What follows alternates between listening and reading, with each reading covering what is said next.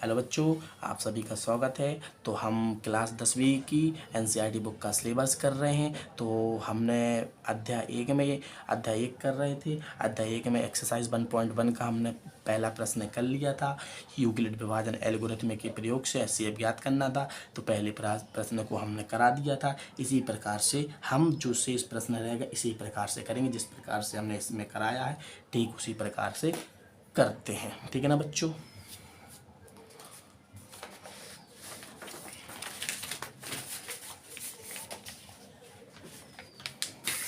प्रश्न दूसरा बच्चों, प्रश्न दूसरा है, दिया गया है। क्या दिया गया बच्चों? संख्या 196 दी गई है, 38,220। तो ये कौन सी संख्या है? छोटी संख्या। हमने सब में बताया कि सब में ऐसा ही लिखना है। और ये कौन सी संख्या है? बड़ी संख्या है। ठीक है ना, इतना तो सब में लिखना है। और हमने आपको बताया छोटी संख्या को हमेशा हमें क्या मानना है? भाजक मानना है। जब भी हम यूक्लिड विभाजन एल्गोरिथम का प्रयोग करेंगे तो छोटी संख्या को भाजक मानेंगे और बड़ी संख्या को हम क्या मानेंगे? भाज्य मानेंगे। बच्चों हमने आपको बता दिया है। इसलिए क्या हो, यूक्लिड विभाजन एल्गोरिथम प्रमेय से, प्रमेय क्या होता है बच्चों? प्रमेय होता है भाज्य बराबर होता है भाजक गुणित भागफल प्लस शेषफल। ठीक है ना बच्चों। हमारा होता है क्या होता है जो यूक्लिड विभाजन एल्गोरिथम में प्रमेय ये होता है। तो हमें क्या ज्ञात करना है? हमें एचसीएफ ज्ञात करना है। तो हम क्या करेंगे? स्टेप बाय स्टेप हमने आपको बताया है। हम शेषफल में 0 लाने की क्या करेंगे? प्रयास करेंगे। ठीक है ना। तो हमने अब क्या लिखा था? हमने अपनी देखो पहले अब इसके बाद वाले स्टेप में क्या लिखा था? जैसा उसमें लिखा था वैसे लिखेंगे। क्या लिखा था? हमें एक बात ध्यान देने योग्य बात है। क्या दिया बात दे हमें? देखो उसके बाद लिखना है। ठीक है ना, सब में ऐसा लिखना है। ठीक है ना।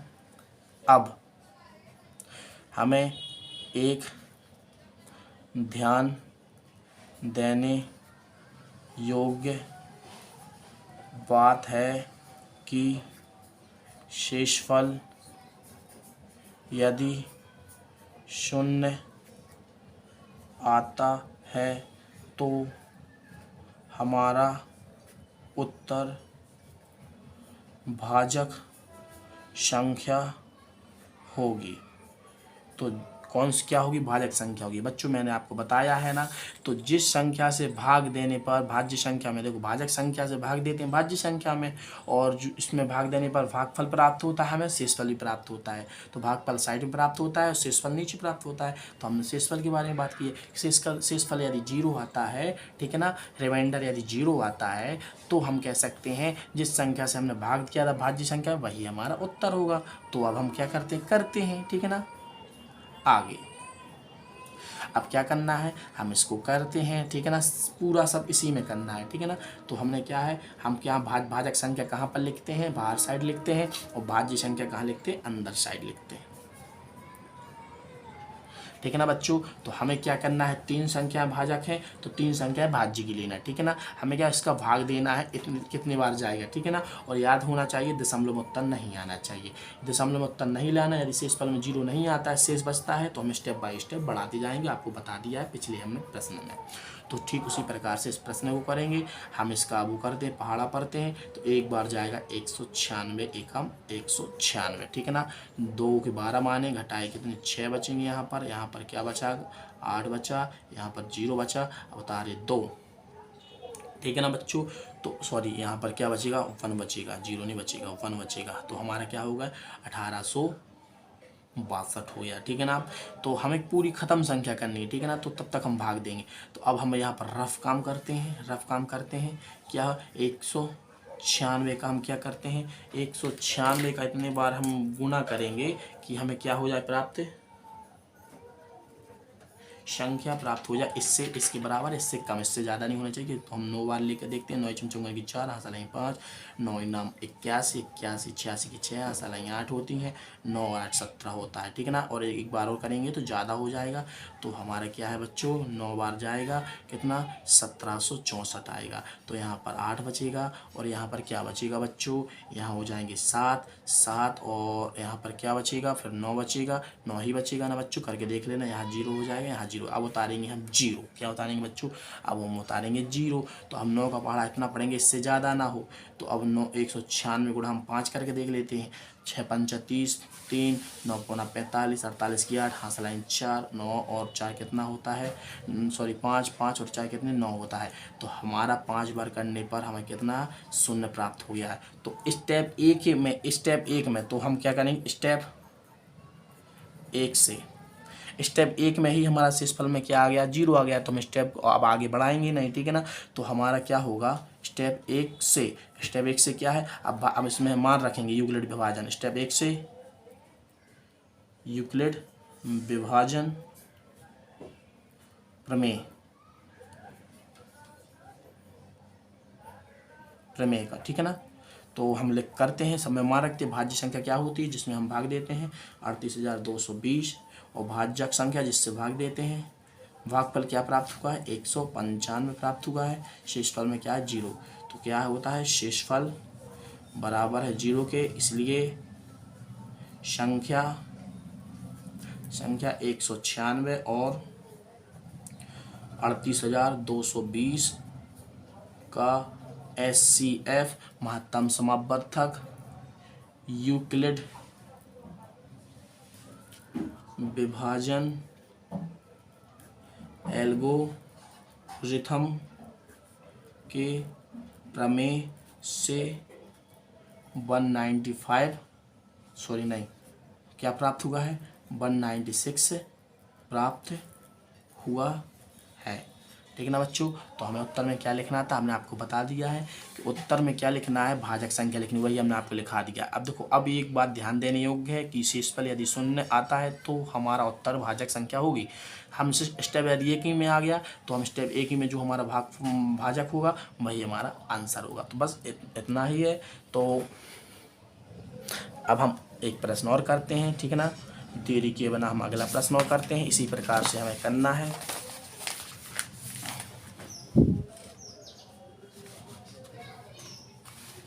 बच्चों, देरी किए बिना हम प्रश्न 3 को करते हैं।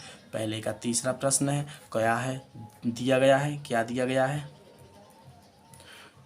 गया है 255 बराबर क्या है, छोटी संख्या है, इतना तो सब में लिखना है। और हमें क्या है 867 बराबर बड़ी संख्या है, ठीक है ना बच्चों। तो इस छोटी संख्या को हमने बताया है कि हमें हमेशा भाजक संख्या मानना है, इसको भाज्य संख्या मानना है। तो इसलिए क्या करना है, इसलिए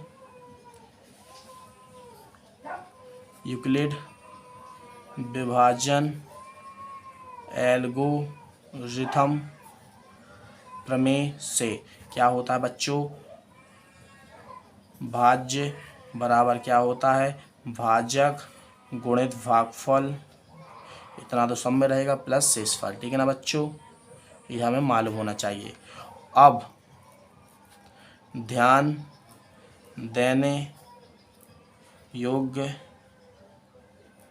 बात है कि यदि शेषफल में शून्य आता है तो हमारा उत्तर भाजक संख्या होगी, ठीक है ना बच्चों। इतना तो सब में है, इतना तो हम सब में करा रहे हैं, कॉमन ही है। इसलिए अब हम क्या करते हैं, अब हम इसको क्या करेंगे, हल करके देखते हैं। शेषफल में जीरो आता है तो हमने बताया छोटी संख्या को हम बाहर साइड लिखते हैं, बड़ी संख्या को अंदर साइड लिखते हैं, ठीक है ना। तो बच्चों, हमें यहाँ पर रफ काम कर रहे हैं साइड में, तो हमें इसको इतने बार गुणा करो कि इससे इसके बराबर आ जाए या इससे कम आ जाए, इससे ज़्यादा नहीं होना चाहिए। 15 की 5, हाथ सलाई 1, 15 16 की 6, हाथ सलाई 1, 6 और 1 7। तो इसका एक बार और करेंगे तो ज़्यादा हो जाएगा। तो हमारा क्या है 765, कितने बार गया है, 3 बार। तो हम घटाएंगे 2 0 1, ठीक है ना बच्चों।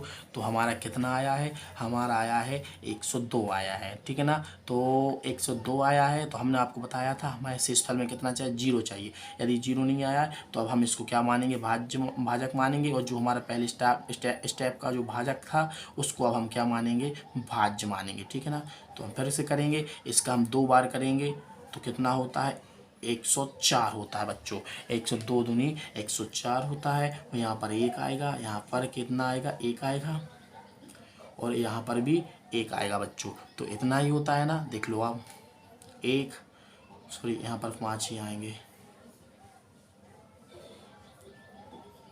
नहीं सॉरी बच्चों, 200 होता है, 204। 102 दूना 204 होता है। सॉरी थोड़ी गलती हो गया था। यहाँ पर 1 बचेगा, यहाँ 5 आएंगे, यहाँ पर 0 आ जाएगा बच्चों। अब इसको देखो, हमें शेषफल में 0 लाना था, लेकिन 0 नहीं आया है, तो अब हम इसको क्या मानेंगे, भाजक मानेंगे। जो दूसरे स्टेप का जो हमारा भाजक था उसको हम क्या मानेंगे, अब भाज्य मानेंगे। तो 51 दूना 100 कितना होता है, 2 होता है। तो शेषफल हमारा 0 आ गया है। तो इसलिए स्टेप 1 से, स्टेप 1 में क्या है, स्टेप 1 में यूक्लिड विभाजन प्रमेय लगाते हैं, ठीक है ना। तो क्या होता है, 867 बराबर 255 भाजक गुणित 3 भागफल प्लस शेषफल कितना आया है, 102। तो क्या है, शेषफल बराबर नहीं है 0 के, इसलिए स्टेप 2 से यूक्लिड प्रमेयिका से, ठीक है ना। तो अब हम 2 लगाएंगे। 2 में हमारा भाज्य क्या है, 255 है, बराबर 102 हमारा भाजक है। 2 प्राप्त हुआ था हमें भागफल, और प्लस शेषफल में हमें क्या 51 प्राप्त हुआ था। तो शेषफल बराबर नहीं है 0, क्योंकि 51 है, यहाँ पर 0 होना चाहिए, यहाँ पर भी 0 नहीं है। इसलिए स्टेप 3 से यूक्लिड विभाजन प्रमेयिका से, इसलिए आप स्टेप 3 करेंगे। तो इसमें क्या है, 102 हमारा अब क्या है, भाज्य है, 51 हमारा भाजक है, 2 हमें प्राप्त हुआ है भागफल, शेषफल हमें 0 प्राप्त हुआ है। इसलिए कह सकते हैं शेषफल बराबर है 0 के। यदि शेषफल बराबर 0 के है तो हमारा उत्तर कितना होगा बच्चों, मैंने बताया था शेषफल 0 आया है, तो किससे भाग दें, 51 से। तो हमारा उत्तर 51 होगा, ठीक है ना। तो 51 ही हमारा क्या होगा, उत्तर होगा। तो इस क्लास में बस इतना ही। तो हमने अपने पहले प्रश्न के तीनों प्रश्नों को कर लिया है। अब हम प्रश्न 2 से प्रश्नों को करेंगे। तब तक के लिए जय हिंद।